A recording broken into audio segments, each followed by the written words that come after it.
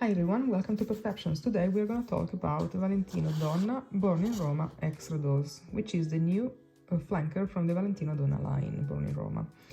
And that's a parfum concentration, so it's very intense, and I can already tell you this perfume is bombastic.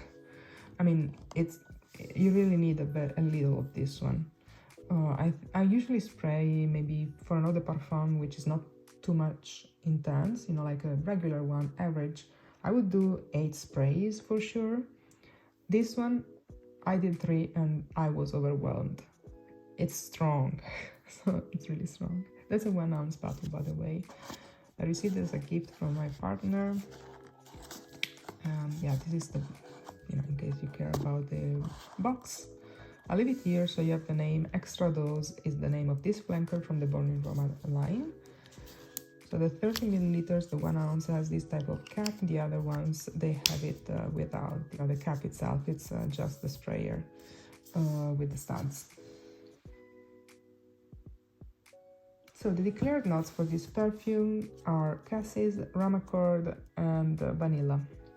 Absolute. What do I smell? So in the opening, you can smell on the skin mostly some sour cassis.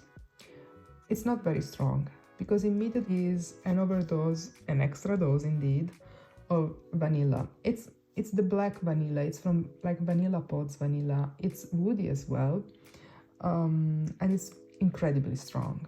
The perfume, the vanilla, the woody vanilla is really, really, really intense. I mean, I hardly smelled anything so intense when it comes to vanilla. They're talking about a rum accord.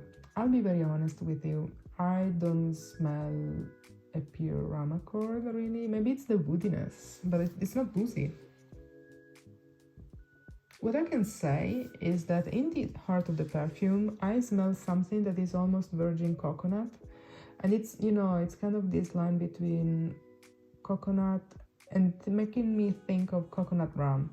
Because it's kind of almost wet. I don't know if you are very familiar with rum, but the way, because of the origin of the rum from the sugar cane, it has this humid taste besides booziness. And depending on the type of rum, I think if it's rum in here, it's not an aged rum. We are talking of fresh rum, So you can smell this kind of sugar cane type of smell in the fresh rum. And that's essentially what you get here, in my opinion. And that makes you think of coconut, coconut water, to be precise. But this comes with white flowers, in my opinion. They're not declared, but I think there is. So you know that coconut and white flowers, they have this kind of creamy, coconutty, often similarities. Not all of the white flowers, of course, but I'm talking just of those type of. And I think that's what's happening here. You get these kind of, I don't know how they're called, maybe coconut alkanes. Anyway, this type of molecules that are coconutty, they can make you think, probably there's something else that will make you think, something else, right, that will make you think of the fresh rum accord, the sugar cane that you can kind of perceive in the fresh rum, and then some white flowers. So, it kind of stays there. It's not explicitly flowery, it's not explicitly boozy, it's not explicitly coconutty. It's in the middle, somewhere in the middle. It's abstract. Which also makes it very good for being a popular scent that everybody will like, because it's not overtly anything, and usually those things do well. And on top of this you get the vanilla woodiness. So it's vanilla woodiness with some sourness from the cassis on my skin, and then you have this sugar cane, coconut water,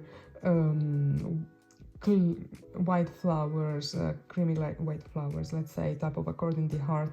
So this coconut also, at some point, these coconutty flowers made me think of the coconut accord that I have smelled in a dupe for vanilla powder, by Matière Première. It made me think of that. Yeah, really. So probably it's some new accord in perfumery that is very trendy at the moment. So they thought they would bring it in this perfume. I guess so. So If you like that coconut accord, I smelled it in the Afnan Souvenir Blooming Bliss, which is a dupe for Vanilla Powder by Matière Première, which I've never smelled. And I also smelled it something similar, you know, for the I'm just talking of the coconut part. I'm not talking of the perfume all in all. Also in Immortal Vanilla by Zara, which is another dupe for Vanilla Powder by Matière Première.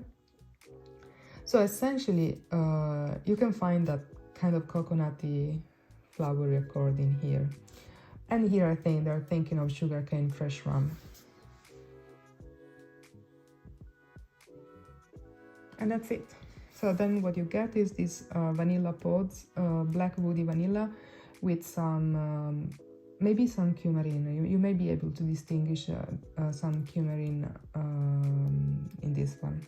And that's it. Coumarin is essentially almost a woody facet from tonka beans.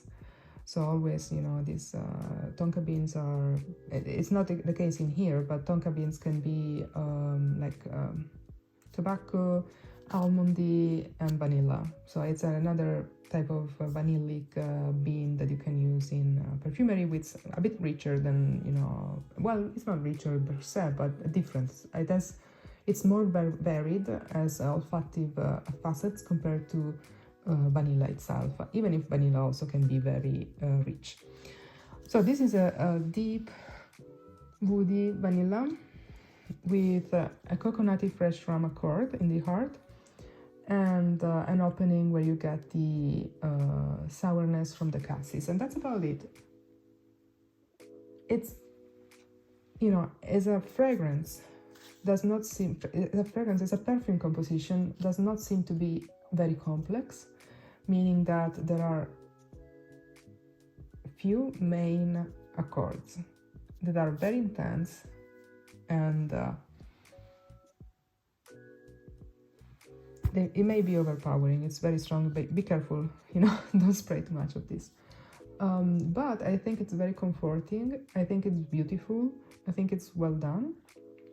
And I think it's deep and rich enough. So those main accords, which are not many, are done well. So they're very deep and rich. Okay, that's what I mean to say.